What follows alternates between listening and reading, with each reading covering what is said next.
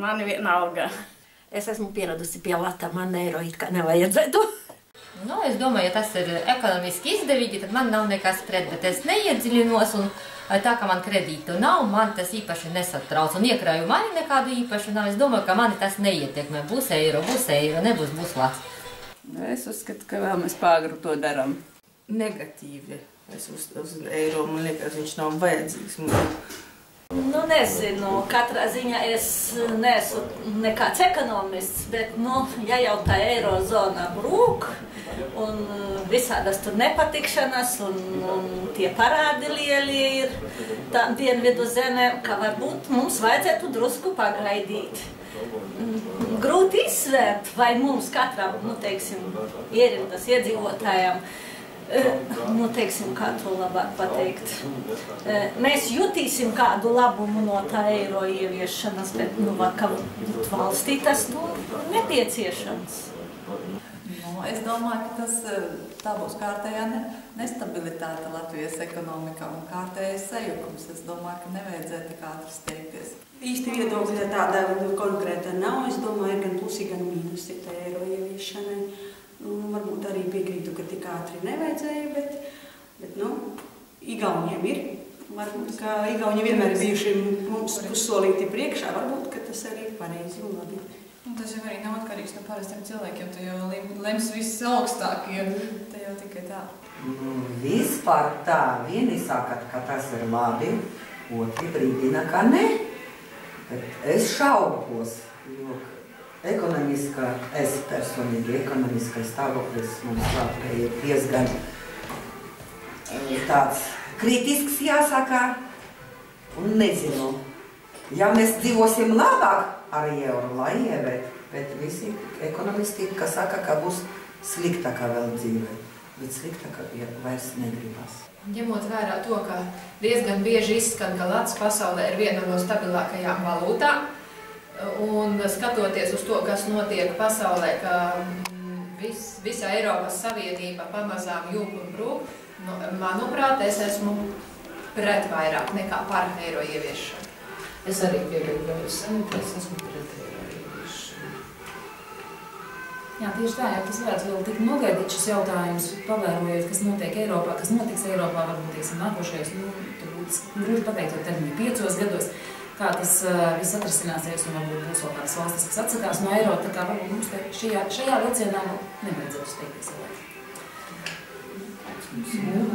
Jā, es arī piekrītu, ka labs un nekas labs, jā, un nepaliek, neko nevajag mainīt. Nu, Latvijā situācija ir kritiska. Nu, visumā Eiropā varbūt kā vidēji. Es neesmu tik zinoša par Eiropas situāciju, bet no Latvijā viņa mūsu pusē ir bēdīga. Manuprāt, ka viņa principā stabilizējas. Par Eiropu nekā nevaru teikt, bet man šķiet, ka Latvijai un principā, ja cilvēks grib strādāt, pārsvarā viņš strādā.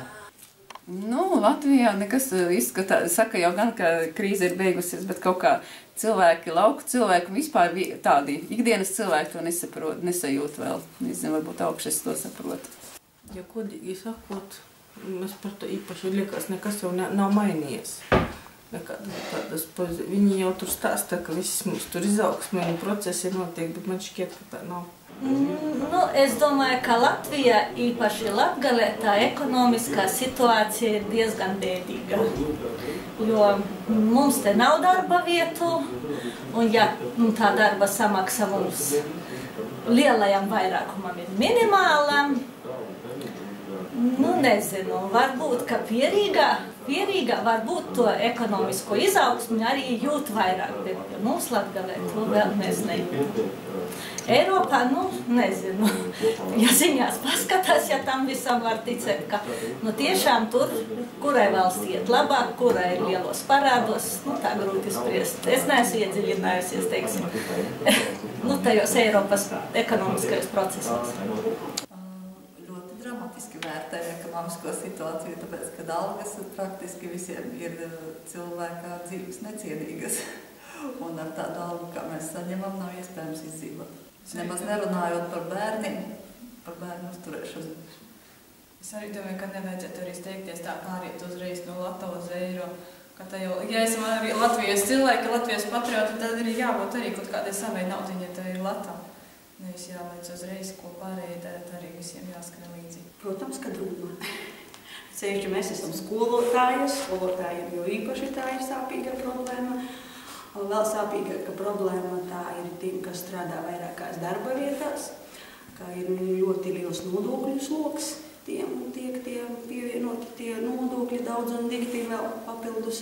Vienā darba vietā pavisam neiespējami nopelnīt, un vairāk kā strādājot ir attiecīgi nodokļi milzīgi, un bērniem ļoti grūti palīdzēt, jo ir ļoti mazas naudiņas.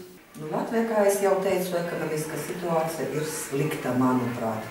Jo kaut skandinā par to, ka mēs jau no krīzes esam izgājuši, bet es to personīgi nejūtu, ka mēs patiešām sāktu dzīvot labāk.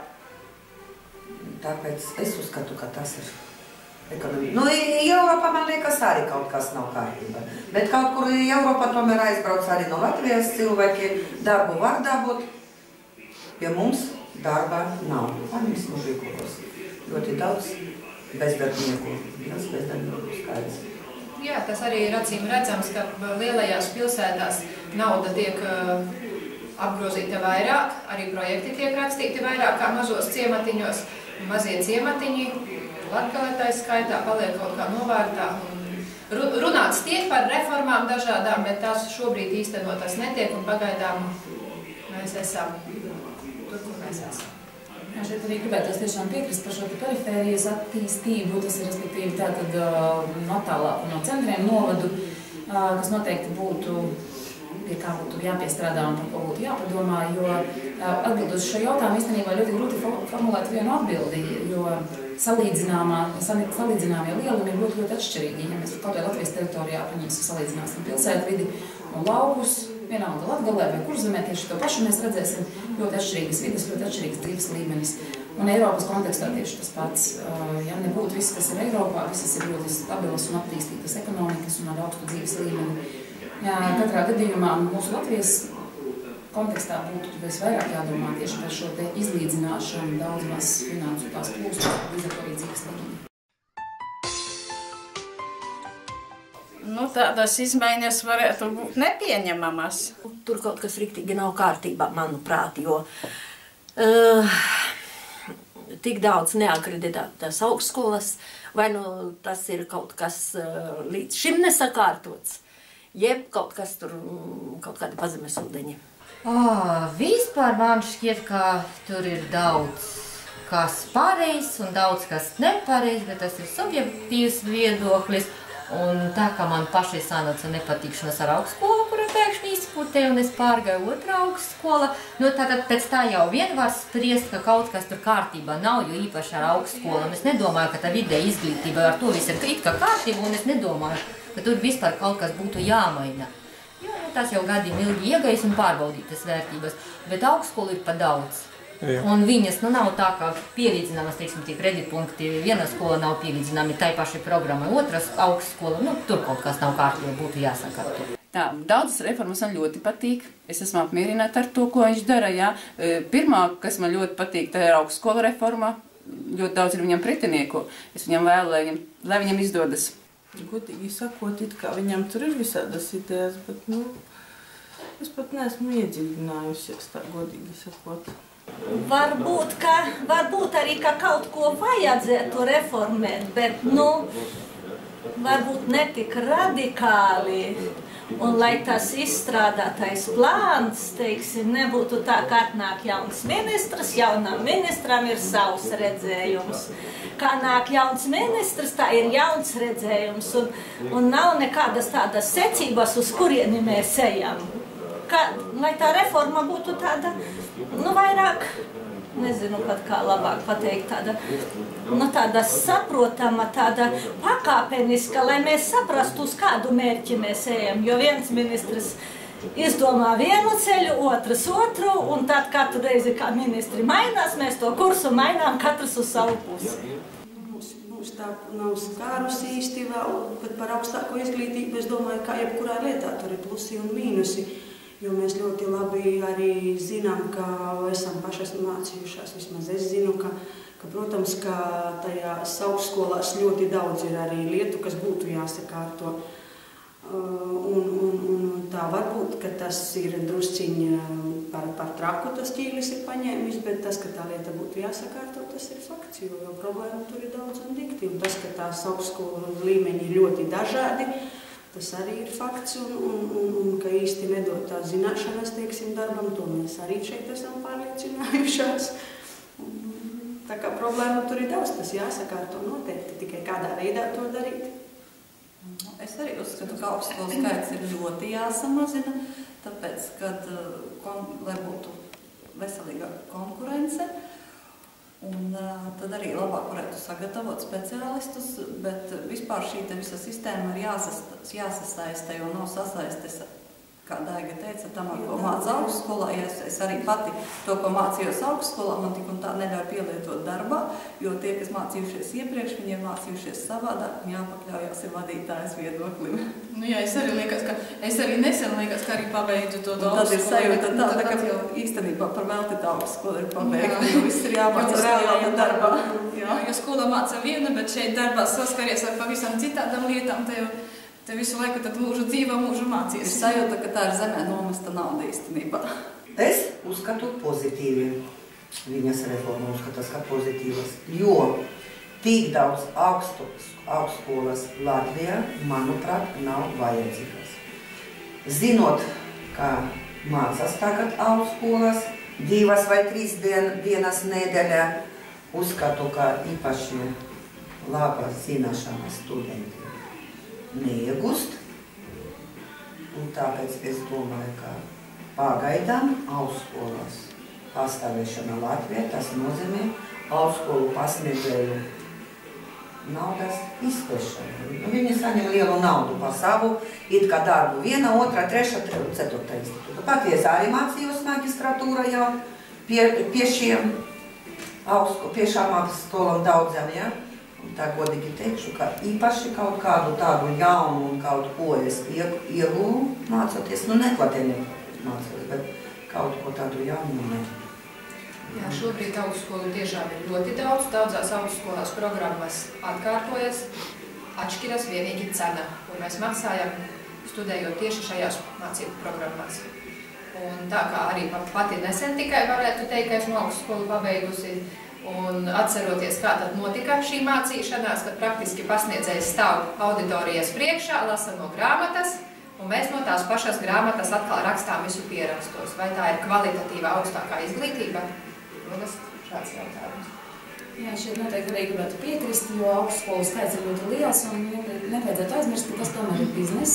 Tā ir uzņēmēja darbība, un vai valstī tas būtu ļoti lielā mērā jālobē un par valsts līdzekļiem jāatbalsta. Es runāju par šīm budžeta vietām, augstskolās, neizvērtējot to kvalitāti, ko viņi sniedz pretī īstenībā.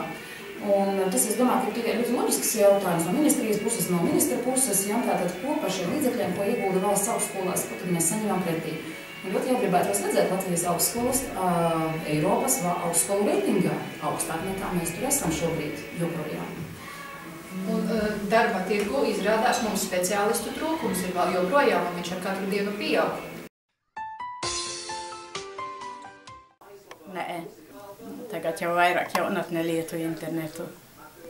Izmanto internetu darba mērķiem, pirmkārt, projektu rakstīšanai, teiksim, kaut ko iegūt papildus līdzekļus savai iestādei, arī pašai personīgi.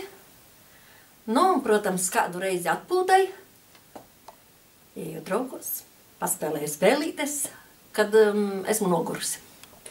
Visiem mērķiem izmanto internetu, gan mācībām, gan informācijas iegūšanai, gan, teiksim, pārskaitījumiem, naudas, tur vēl kaut kam, sazināšanai ar draugiem, visa veida ļoti bieži. Izmantoju darbā ļoti daudz, man vajadzīgs internets, ja tad visi jauninājumi, man es tagad daru 2 darbiņus, tad man abos ļoti noder. Internetu izmantoju dažādiem mērķiem, gan sazināšanā, gan informācija, gan darbam, gan...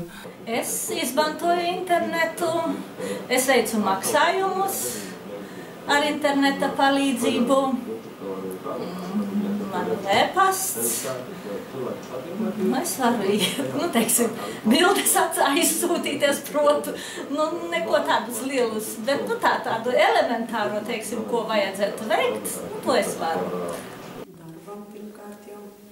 Protams, ka ļoti daudz, kā mūzikas skolotāji, ļoti daudz var atrast gan informācijas, gan mūzikas materiālu, ļoti daudz. Protams, ikdienas dzīve, e-banka un e-pasti un ļoti daudz. Jā.